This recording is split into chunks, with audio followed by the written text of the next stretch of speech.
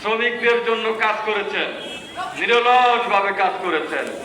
জিয়াউর রহমানের সুযোগ্য উত্তরসূরি আমাদের পার্টির অ্যাক্টিং চেয়ারম্যান, তিনি রাষ্ট্র মেরামতের জন্য 17 বছরের জঞ্জালকে দূর করার জন্য একটি রাষ্ট্র মেরামতের 31 দফা একটি কর্মসূচি ঘোষণা করেছেন। বন্ধুরা আমার, সেই কর্মসূচিতে শ্রমিকদের ব্যাপারে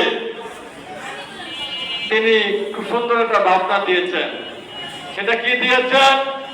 যে মালিকদের এবং সরকারি কর্মচারীদের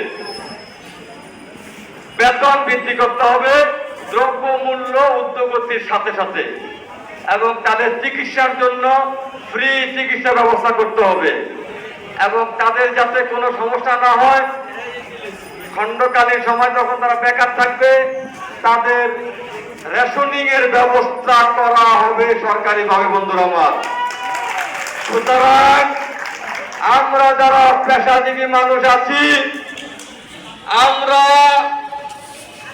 জাতীয়তাবাদী দলকে এবং ধানের শীষকে বিজয় করে এই 31 দফার ভিতরে পার্টির অ্যাক্টিং চেয়ারম্যান আমাদের শ্রমিকদের নিয়ে যে সুচিন্তার রায় দিয়েছেন, বাস্তবায়ন করবেন বলেছেন, সেই বাস্তবায়নের জন্য আমরা জনাব তারেক রহমানকে ভোটের মাধ্যমে, গণতান্ত্রিক এবং নিরপেক্ষ ভোটের মাধ্যমে নির্বাচিত করে বাংলাদেশে প্রধানমন্ত্রী আসনে তারেক রহমানকে অধিষ্ঠ করে আমরা আমাদের সেই দাবি বাস্তবায়ন হবে বিশ্বাস করি, এবং বিশ্বাস করে আমরা তারেক রহমানকে বাংলাদেশের মাটিতে প্রধানমন্ত্রী আসনে অলঙ্কৃত করব ধানের শীষে ভোট দেওয়ার মাধ্যমে। বন্ধুরা আমার,